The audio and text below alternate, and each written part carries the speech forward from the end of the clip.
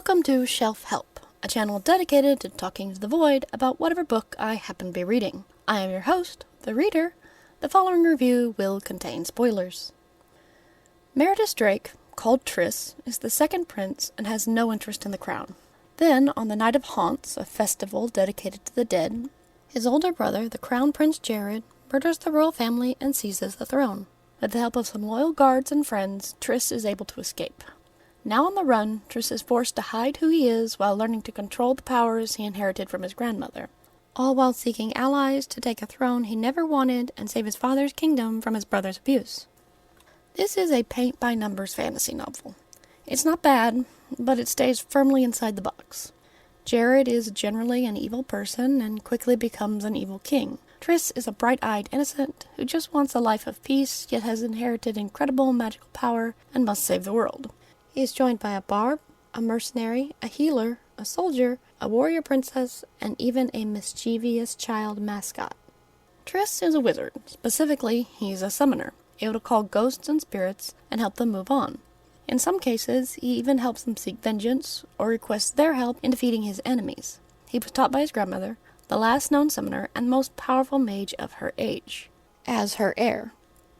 And then she made him forget all he learned beyond the very basics because reasons. This is one of those tropes that I really don't like because I have never seen it used for anything but unnecessary drama, which is exactly what it is here. You must not know or you will be in danger. Always backfires. I get it, you don't want your character to start out so powerful the villain isn't even a threat, but there are better ways to go about it than locking his memories until he needs to know, aka the dramatic moment. It's just an excuse for the main character to pull a Deus Ex Machina magic out of his ass as needed. And that's kind of what happens. When the mercenary, Ahania, is dying, Triss just knows how to hold back his soul while the healer does her work. When he must defeat a ghost for a magic sword, he knows what to do. It really sucks the excitement out of a story when a character literally has no defined limits. And then we have Jared. He's evil because he's just a bad person. It could be argued that the evil mage Arantala is influencing him, but he's been torturing his siblings and servants his whole life. The only person who seems to not see Jared's behavior is his father, King Brintz. The king insists, against all evidence, that his firstborn must be king. And then Jared kills him. The biggest problem with Jared is that he's boring. He's just there. A nebulous evil to face the shining good that is Triss. He has no apparent motive for anything he does. He's not complex in any way. It's not like he's raising taxes to fund a scheme to hunt down his brother. He's just doing it to have more money. Meanwhile, he is actively slaughtering his own people, driving them from their homes and burning the villages to the ground on false pretenses because I'm not sure. It's just an evil thing to do. In truth, it makes him look dumb and completely lacking foresight. Arantalis is a vampire mage and wants to destroy the rest of his kind and is using Jared to help him do it. But it isn't a good reason to literally slash and burn his own population. I'm not sure what it even accomplishes. Granted, there are 2 more books, maybe there's a plan in there somewhere. And Arantala is looking to resurrect an evil overlord, because evil and designs to rule the world, that will inevitably backfire, I'm sure.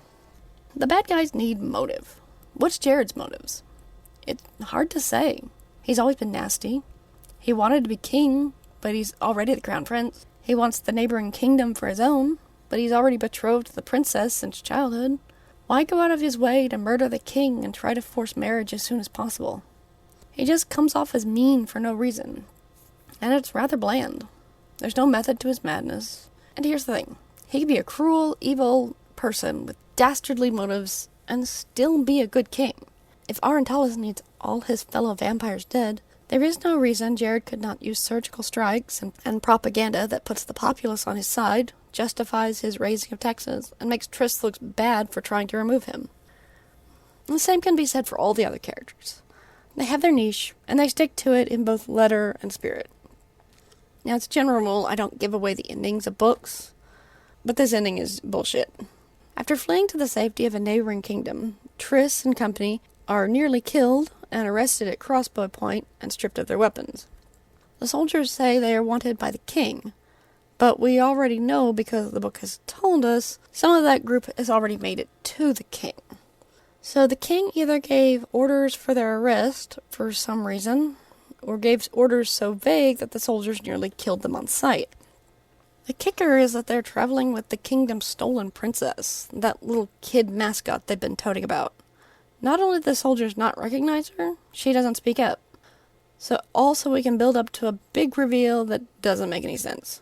You don't get to throw logic out the window just to create drama. I'm going to put this on my third shelf. I have a lot of books. According to the app on my phone, I'm pushing 700. And I know a good third of them aren't in there because they've been in storage. I'm looking for stories I haven't heard before. And this book just ticks the boxes. And no one steps out of their assigned cookie-cutter shape. Thank you for your time. I know everyone's mileage will vary, so feel free to leave your thoughts.